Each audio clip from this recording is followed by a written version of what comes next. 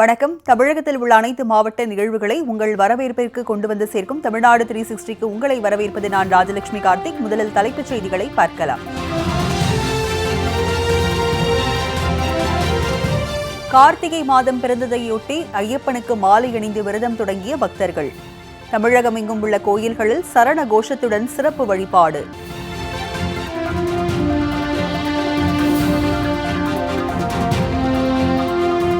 திருத்தணியில் அரசு மருத்துவமனை கட்டுமான பணிகளால் பள்ளி மாணவர்கள் கடும் சிரமம். கட்டுமான பொருட்களை அகற்றுமாறு மாவட்ட ஆட்சியருக்கு கோரிக்கை.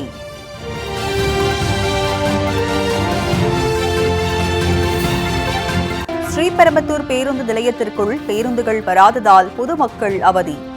ஆபத்தை அறியாமல் பள்ளி மாணவர்கள் சாலையை கடப்பதால் விபத்து ஏற்பட வாய்ப்பு.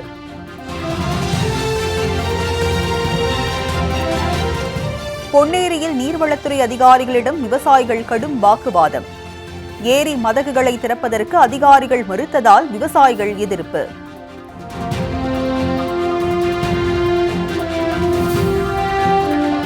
திருப்பூர் மாவட்டம் உடுமலையில் ஆவை வேகத்தில் பேருந்து நிலைய கட்டுமான பணிகள். பணிகளை விரைந்து முடித்து பேருந்து நிலையத்தை பயன்பாட்டிற்கு கொண்டுவர வலியுறுத்தல்.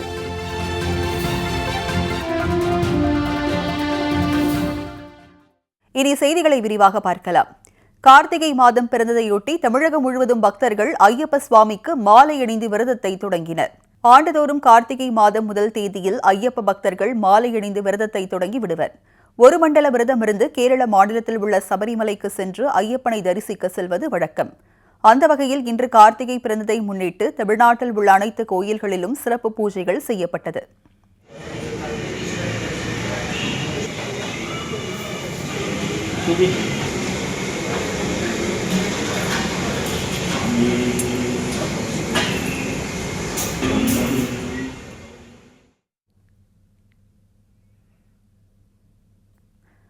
கன்னியாகுமரி மாவட்டம் வேளிமலை முருகன் கோவிலில் அதிகாலையிலேயே குவிந்த பக்தர்கள் விநாயகர் சன்னதியில் குருசாமியின் மூலம் மாலை அணிந்து விரதத்தை தொடங்கினர். திண்டுக்கல் மாவட்டம் வத்தலகுண்டு பகுதியில் உள்ள கலியுக வரதன் ஐயப்பன் கோவிலில் பக்தர்கள் தங்கள் விரத காலத்தை தொடங்கினர். முன்னதாக ஐயப்ப பக்தர்களின் நலன் வேண்டி கோவிலில் சிறப்பு யாகம் நடைபெற்றது.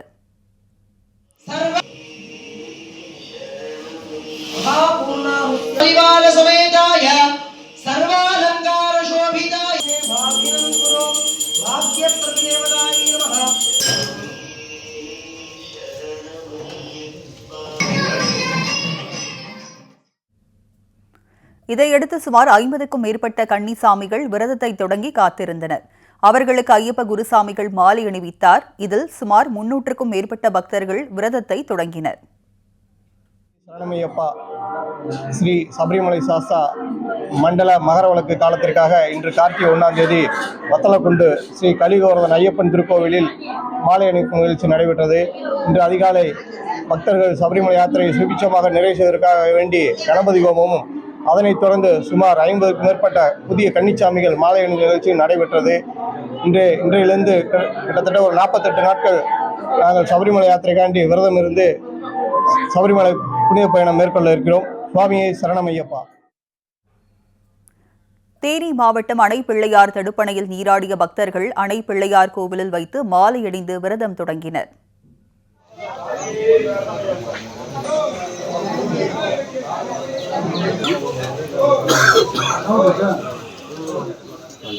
சாமியே தெய்வமே சாமியே அரோகரா அரோகரா தெய்வானைக்கே அரோகரா அரோகரா.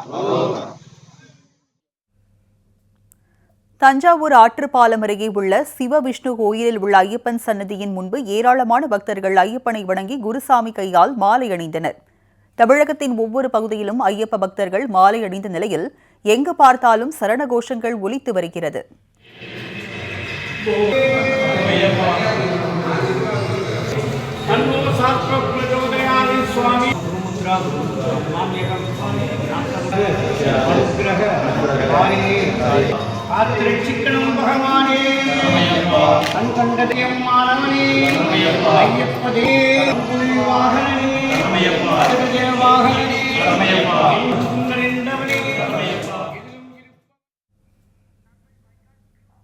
திருத்தணி திருத்தணி நகராட்சியில் அரசு மருத்துவமனை கட்டுமான பணிகளால் பொதுமக்கள், பள்ளி மாணவ மாணவிகள் கடும் சிரமத்திற்கு ஆளாகி வருகின்றனர்.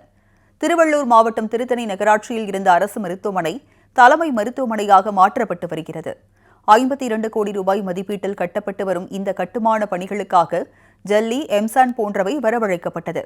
இந்த பொருட்கள் அனைத்தும் அதே பகுதியில் உள்ள அரசு பெண்கள் மேல்நிலைப் பள்ளி சாலையிலேயே கொட்டப்பட்டு வருவதால் அப்பகுதியில் செல்லும் வாகன ஓட்டிகள், பள்ளி மாணவர்கள் கடும் அவதியடைந்து வருகின்றனர்.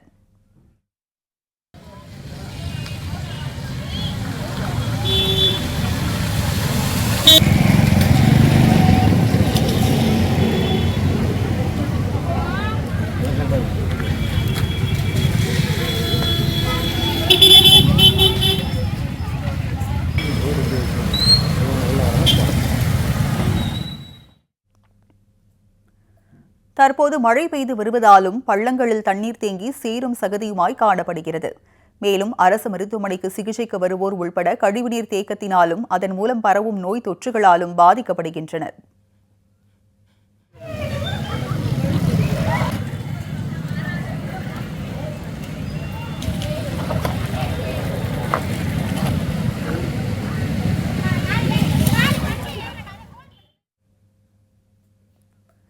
சுமார் 20 நாட்களுக்கு மேலாக இந்த பிரச்சினை இருந்தும் நகராட்சி அதிகாரிகள் சரி செய்வதற்கு முன்வரவில்லை என்ற குற்றச்சாட்டு எழுந்துள்ளது.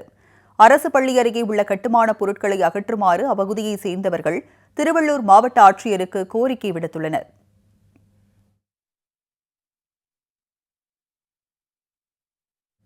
ஸ்ரீபெரும்புதூர் பேருந்து நிலையத்திற்குள் பேருந்துகள் வராததால் பயணிகள், மாணவ மாணவிகள் கடும் அவதியடைந்து வருகின்றனர். காஞ்சிபுரம் மாவட்டம் ஸ்ரீபெரும்புதூரில் அமைந்துள்ள பேருந்து நிலையத்தில் நாள்தோறும் எண்ணற்ற அரசு பேருந்துகள் வந்து செல்கின்றன. ஸ்ரீபெரும்புதூர் பகுதியில் அரசு மேல்நிலைப் பள்ளி, தனியார் பள்ளிகள் என 8 பள்ளிகள் இயங்கி வருகின்றன.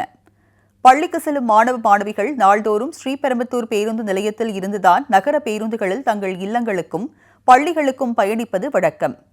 ஆனால் பெரும்பாலான நகர பேருந்துகள் ஸ்ரீபெரும்புதூர் பேருந்து நிலையத்திற்குள் வராமல் சென்னை, பெங்களூரு தேசிய நெடுஞ்சாலை வழியாகவே செல்வதால் பொதுமக்கள், மாணவ மாணவியர் கடும் அவதிக்குள்ளாகி வருகின்றனர்.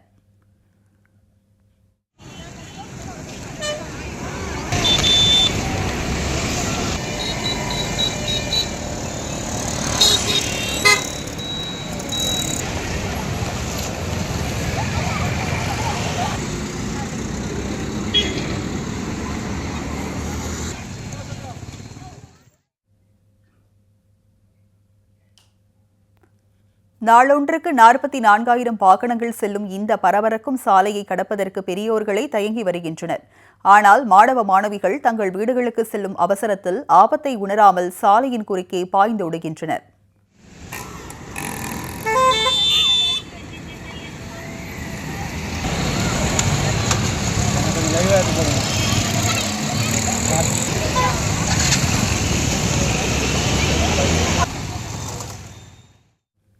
பேருந்து நிலையத்தில் இருந்து 1/2 கிலோமீட்டர் தூரம் வெளியே நடந்து செல்லும் மாணவர்கள் சாலையின் குறுக்கே போடப்பட்ட தடுப்புகளை எகிரி தாண்டுவதும் நாள்தோறும் அரங்கேறுகிறது.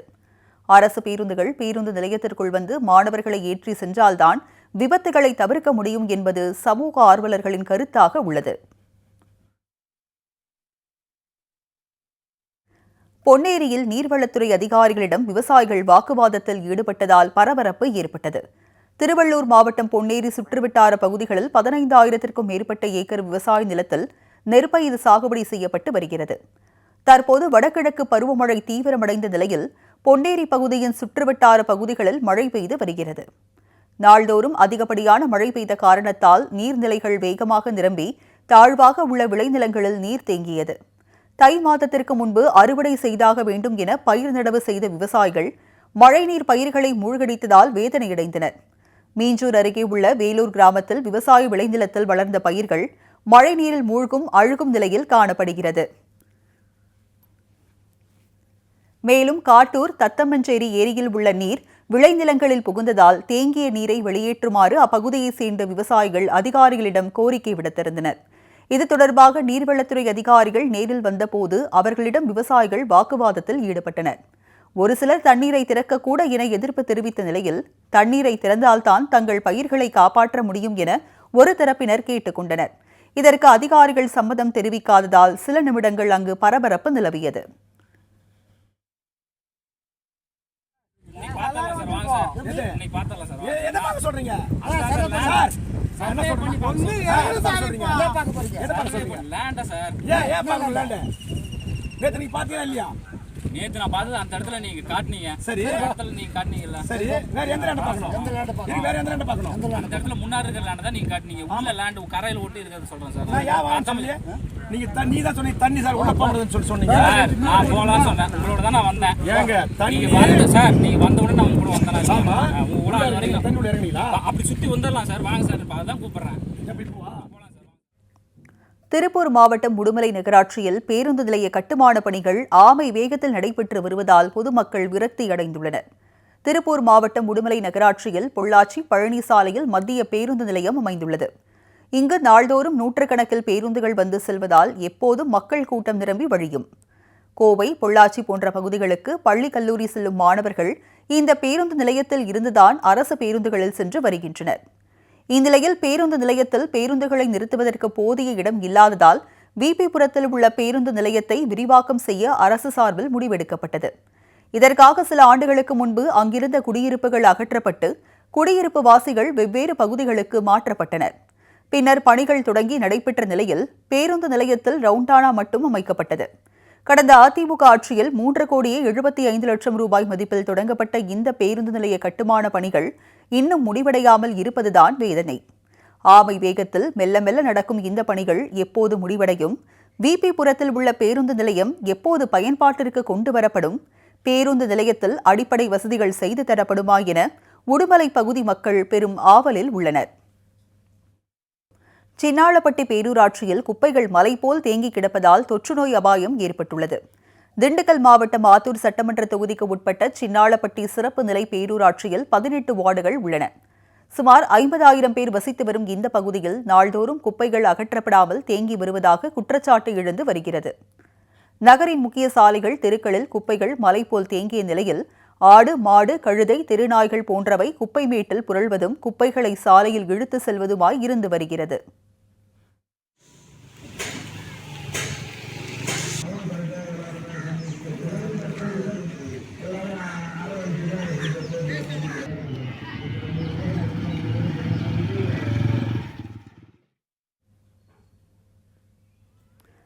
கடந்த சில நாட்களாக மழை பெய்து வருவதால் குப்பை தேங்கிய பகுதியில் துர்நாற்றம் வீசுவதோடு சுகாதார சீர்கேடும் ஏற்பட்டுள்ளது. சின்னாளப்பட்டி சிறப்பு நிலை பேரூராட்சியில் துப்புரவு பணி மேற்கொள்வதற்காக 70க்கும் மேற்பட்ட தூய்மை பணியாளர்கள் பணியில் இருந்தும் குப்பைகள் அகற்றப்படாமல் உள்ளது. இதுகுறித்து சின்னாளப்பட்டி பேரூராட்சி நிர்வாகத்தில் புகார் அளித்த போதும் நடவடிக்கை எடுக்கவில்லை என கூறப்படுகிறது. அடுத்து உங்கள் ஊர் நிகழ்வுகளை விரைவாக வழங்க வருகிறது உள்ளூர் எக்ஸ்பிரஸ்.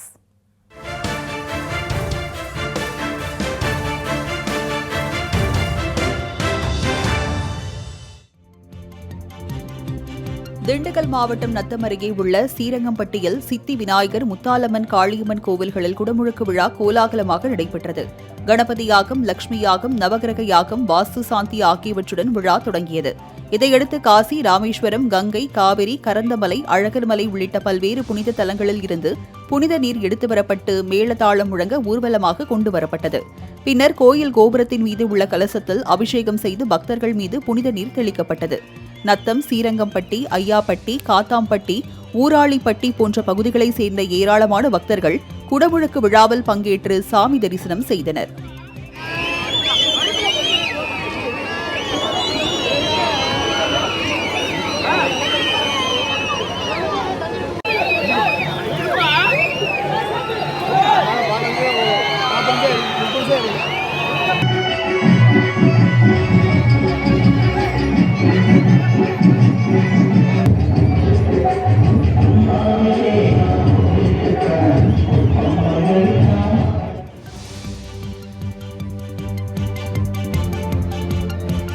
மதுரை சோழவந்தான் அருகே உள்ள மண்ணாடி மங்கலத்தில் உள்ள காளியம்மன் கோயில், விநாயகர் கோவில், மாரியம்மன் கோயில், கருப்பசாமி கோவிலில் குடமுழுக்கு விழா நடைபெற்றது.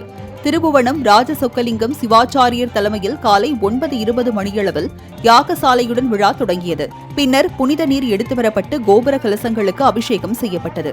இதில் ஏராளமான பக்தர்கள் கலந்து கொண்டு சாமி தரிசனம் செய்தனர்.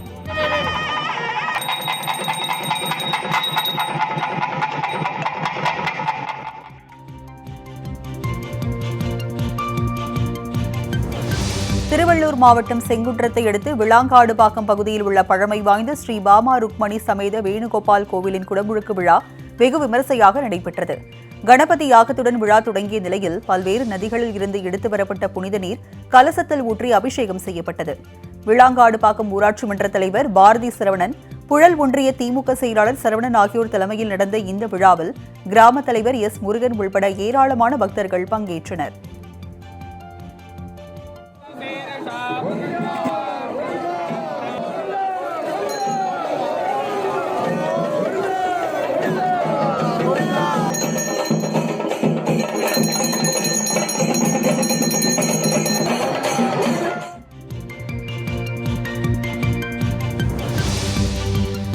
திருநெல்வேலி மாவட்டம் ராதாபுரம் அருகே பண்டார பெருங்குளம் கரை மற்றும் கால்வாய்க்கரை பகுதிகளில் பனை விதைகள் நடவு செய்யப்பட்டன.